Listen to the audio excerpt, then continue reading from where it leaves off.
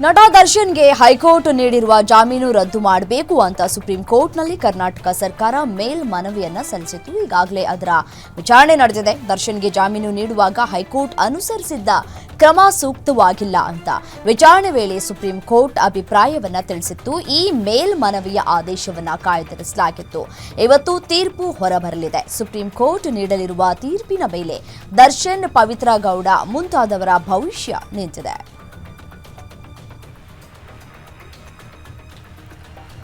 Supreme ಕೋರ್ಟ್ನಲ್ಲಿ ನಟ ದರ್ಶನ್ ಜಾಮೀನು ರದ್ದು ಕೋರಿ ರಾಜ್ಯ ಸರ್ಕಾರ ಸಲ್ಲಿಸಿರುವ ಅರ್ಜಿಯ ಆದೇಶ ಇಂದು ಹೊರಬೀಳುವ ಸಾಧ್ಯತೆ ಇದೆ.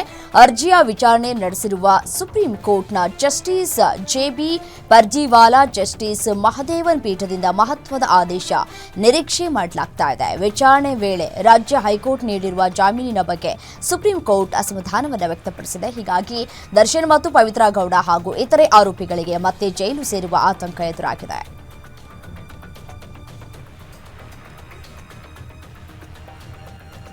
ದರ್ಶನ್ ಮತ್ತು ಪವಿತ್ರ ಪಾಲಿಗೆ ಇವತ್ತು ಬಿಗ್ ಡೇ. ಸುಪ್ರೀಂ ಕೋರ್ಟ್ನಿಂದ ಜಾಮೀನು ತೀರ್ಪು ಪ್ರಕಟವಾಗಲಿದೆ. ಈ ಹಿನ್ನೆಲೆ ಪವಿತ್ರ ಗೌಡ ತಮ್ಮ ಸೋಷಿಯಲ್ ಮೀಡಿಯಾದಲ್ಲಿ ಪೋಸ್ಟ್ ಒಂದನ್ನು ಹಂಚಿಕೊಂಡಿದ್ದಾರೆ. ನ್ಯಾಯಯುತವಾಗಿ ಇರುವವರಿಗೆ ಗೆಲುವು ಸಿಗಲಿದೆ, ನ್ಯಾಯ ಸಿಗುವ ನಂಬಿಕೆ ಇದೆ ಅಂತ ಪವಿತ್ರ ಗೌಡ ತಮ್ಮ ಇನ್ಸ್ಟಾಗ್ರಾಂನಲ್ಲಿ ಹಂಚಿಕೊಂಡಿದ್ದಾರೆ.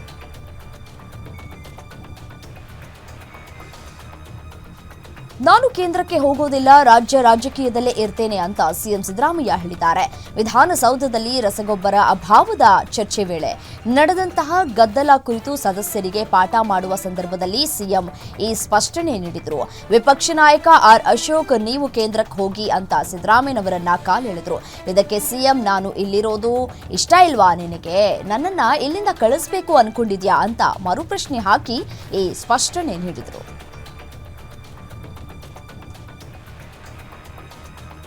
ಅಶ್ವಥ್ ನಾರಾಯಣ್, ನೀನು ನಿನ್ನ ಪಕ್ಷ ಭ್ರಷ್ಟಾಚಾರದ ಪಿತಾಮಹರು, ರಾಮನಗರದಲ್ಲಿ ಒಂದು ಕ್ಷೇತ್ರ ಗೆಲ್ಲಲಾಗದವ ಅಲ್ಪಸಂಖ್ಯಾತ ನಾಯಕನನ್ನ ಅಸಮರ್ಥ ಅಂತೀಯ ಅಂತ ಡಿಸಿಎಂ ಡಿಕೆ ಶಿವಕುಮಾರ್ ವಿಧಾನಸಭೆಯಲ್ಲಿ ರೊಚ್ಚಿಗೆದ್ದಿದ್ರು. ಕಲಾಪದಲ್ಲಿ ರಸಗೊಬ್ಬರ ಕೊರತೆ ವಿಚಾರವಾಗಿ ನಡೆದ ಚರ್ಚೆಯ ವೇಳೆ ಆಡಳಿತ ಹಾಗೂ ವಿರೋಧ ಪಕ್ಷಗಳ ನಡುವೆ ಬಿರುಸಿನ ಮಾತಿನ ಚಕಮಕಿ ನಡೆಯಿತು. ಅಶ್ವಥ್ ನಾರಾಯಣ ಸ್ಮಾರ್ಟ್ ಮೀಟರ್ ವಿಚಾರವಾಗಿ ಮಾತನಾಡುವುದಕ್ಕೆ ನಿಮಗೆ ಧಮ್, ಯೋಗ್ಯತೆ ಇಲ್ಲ, ನೀವು ಅಸಮರ್ಥ ಅಂತ ಟೀಕೆ ಮಾಡಿದ್ರು. ಈ ವೇಳೆ ಮಧ್ಯಪ್ರವೇಶಿಸಿದ ಡಿಸಿಎಂ, ಅಸಮರ್ಥರು ಅವರಲ್ಲ, ನೀವು ಅಸಮರ್ಥರು, ನೀವು ಅಸಮರ್ಥರಾಗಿರುವ ಕಾರಣ ನಿಮ್ಮ ಪಕ್ಷ ವಿರೋಧ ಪಕ್ಷದ ಸ್ಥಾನದಲ್ಲಿ ಕುಳಿತಿದೆ ಅಂತ ತಿರುಗೇಟನ್ನ ನೀಡಿದ್ರು.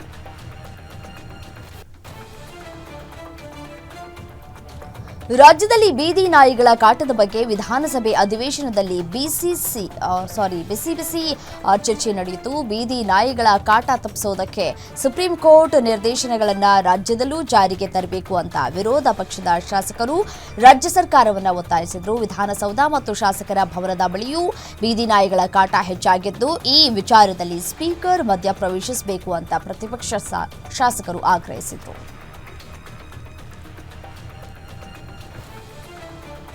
ಕೆಎನ್ ರಾಜಣ್ಣ ಅವರನ್ನ ಸಚಿವ ಸಂಪುಟದಿಂದ ವಜಾ ಮಾಡಿದ್ದಕ್ಕೆ ವಾಲ್ಮೀಕಿ ಸಮುದಾಯ ಆಕ್ರೋಶಗೊಂಡಿದೆ. ರಾಜಣ್ಣ ಫೋಟೋ ಹಿಡಿದು ತುಮಕೂರಿನಲ್ಲಿ ಅವರ ಬೆಂಬಲಿಗರು ಸಿಡಿದೆದ್ದಿದ್ದು ಸರ್ಕಾರದ ವಿರುದ್ಧ ಆಕ್ರೋಶವನ್ನ ಹೊರಹಾಕಿದ್ದಾರೆ. ವಿ ಸ್ಟ್ಯಾಂಡ್ ವಿತ್ ಕೆಎನ್ಆರ್ ಎಂಬ ಪೋಸ್ಟರ್ ಹಿಡಿದು ರಾಜಣ್ಣ ಅಭಿಮಾನಿಗಳು ಬೃಹತ್ ಪ್ರತಿಭಟನೆಯನ್ನು ನಡೆಸಿದ್ದಾರೆ. ಬೆಂಗಳೂರಿನಲ್ಲಿ ಸಚಿವ ಸತೀಶ್ ಜಾರಕಿಹೊಳಿ ಸೇರಿದಂತೆ ಇತರೆ ನಾಯಕರು ರಾಜಣ್ಣ ಅವರನ್ನ ಭೇಟಿ ಮಾಡಿದ್ದಾರೆ. ಬಳಿಕ ಸುದ್ದಿಗಾರರೊಂದಿಗೆ ಮಾತನಾಡಿದಂತಹ ಸಚಿವ ಸತೀಶ್ ಜಾರಕಿಹೊಳಿ, ಯಾರೇ ಆದರೂ ಅಧಿಕಾರ ಹೋದಾಗ ದೂರವಾಗ್ತಾರೆ, ಆದರೆ ನಾವು ರಾಜಣ್ಣ ಜೊತೆಗಿದ್ದೇವೆ ಅಂತ ಸಂದೇಶ ಕೊಡೋದಕ್ಕೆ ಭೇಟಿ ಮಾಡಿದ್ದೇವೆ. ದೆಹಲಿಯಲ್ಲಿ ರಾಜಣ್ಣ ಬಗ್ಗೆ ತಪ್ಪು ತಿಳುವಳಿಕೆ ಇದೆ, ಹೀಗಾಗಿ ದೆಹಲಿಗೆ ಹೋಗಿ ಹೈಕಮಾಂಡ್ ನಾಯಕರಿಗೆ ಮನವರಿಕೆ ಮಾಡ್ತೇವೆ ಅಂತ ಹೇಳಿದ್ದಾರೆ.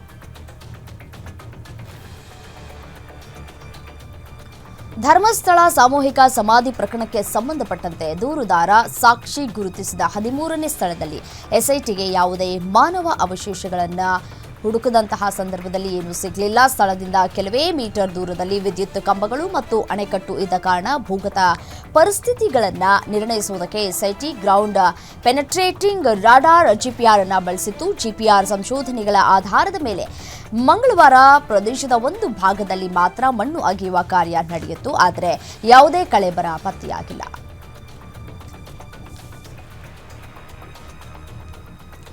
ಉತ್ತರ ಕನ್ನಡ ಜಿಲ್ಲೆ ಕಾರವಾರ ಕಾಂಗ್ರೆಸ್ ಶಾಸಕ ಸತೀಶ್ ಸೈಲ್ ನಿವಾಸದ ಮೇಲೆ ಜಾರಿ ನಿರ್ದೇಶನಾಲಯ ಅಧಿಕಾರಿಗಳು ದಾಳಿಯನ್ನ ಮಾಡಿದ್ದಾರೆ. 6 ಕಾರುಗಳಲ್ಲಿ ಬಂದಿರುವಂತಹ 24ಕ್ಕೂ ಹೆಚ್ಚು ಇಡಿ ಅಧಿಕಾರಿಗಳು ಸತೀಶ್ ಸೈಲ್ ನಿವಾಸದಲ್ಲಿ ದಾಖಲೆ ಪರಿಶೀಲನೆ ನಡೆಸಿ ಒಂದು ಟ್ರಕ್ನಲ್ಲಿ ದಾಖಲೆಗಳನ್ನು ಕೊಂಡೊಯ್ದಿದ್ದಾರೆ. ಮತ್ತೆ ಕಾರವಾರದ ಚಿತ್ತಾಕುಲದಿಂದ ಗೋವಾದ ಕಡೆ ಭದ್ರತೆಯೊಂದಿಗೆ 2 ಟ್ರಕ್ ರವಾನೆ ಮಾಡಲಾಗಿದೆ. ಅಧಿವೇಶನ ನಡೀತಾ ಇರುವ ಕಾರಣ ಶಾಸಕ ಸೈಲ್ ಬೆಂಗಳೂರಿನಲ್ಲಿದ್ದಾರೆ.